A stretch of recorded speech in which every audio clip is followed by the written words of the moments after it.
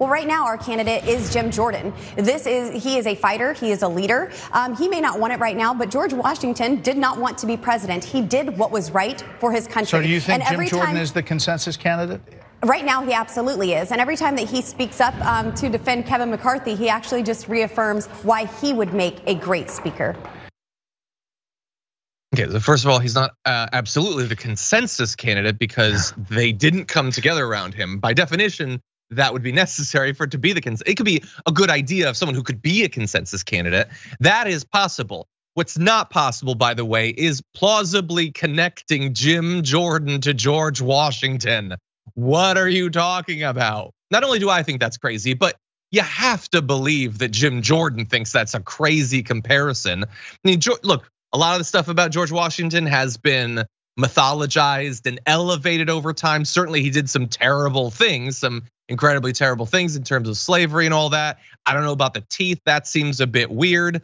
But what do we know about Jim Jordan? The dude apparently overheats in a jacket incredibly quickly and was perfectly fine leaving a bunch of students to be preyed upon by terrible predators.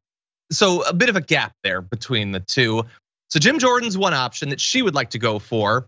But again, Marjorie Greene, who's on the opposite side of this, is worried about it going in a different direction. And she's getting her news updates, despite the fact, by the way, that she can talk to all of these representatives. She's getting her news and analysis from Charlie Kirk, who tweeted from House source, 2 very plugged in Dem leadership aides say they're already talking about coalition leadership to divide the House evenly between Republicans and Democrats, which I don't think that that's what's gonna. I would love to believe that that's what's gonna happen. I don't know what that would look like in practice. I don't know why Charlie Kirk would have access to that information, but she's worried about it. She says if the base only understood that 19 Republicans voting against McCarthy are playing Russian roulette with our hard-earned Republican majority right now, this is the worst thing that could possibly happen.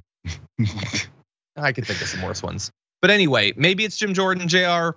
Maybe they come up with not evenly splitting it between the Republicans and the Democrats. They would never go for that with their majority, but you could have a certain number of Republicans, maybe after the 5th or 6th or 10th or 30th vote say, okay, God, we've got Scalise. We're gonna ban to get Scalise. I don't know. What do you think? Possibly, or some people are still thinking that McCarthy has a way here. I don't know, but even if he did, look, and I was saying this before with when it comes to Donald's and potentially the fights that happen later.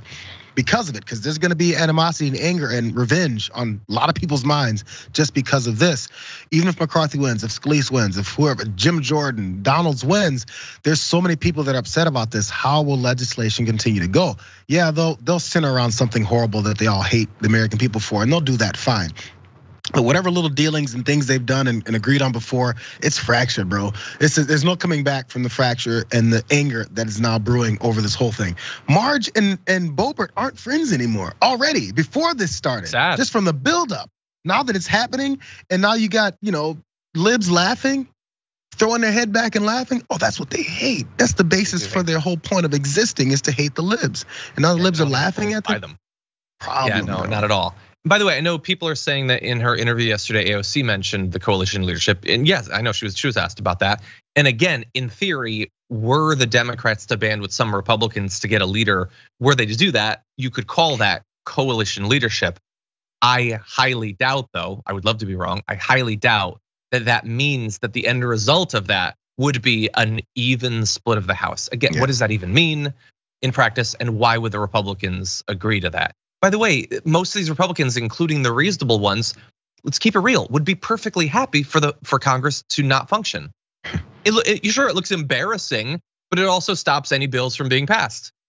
They don't want things to be passed. So look, maybe they come up with some deal. And by the way, if they were to do the deal, the Democrats would plausibly get something out of that.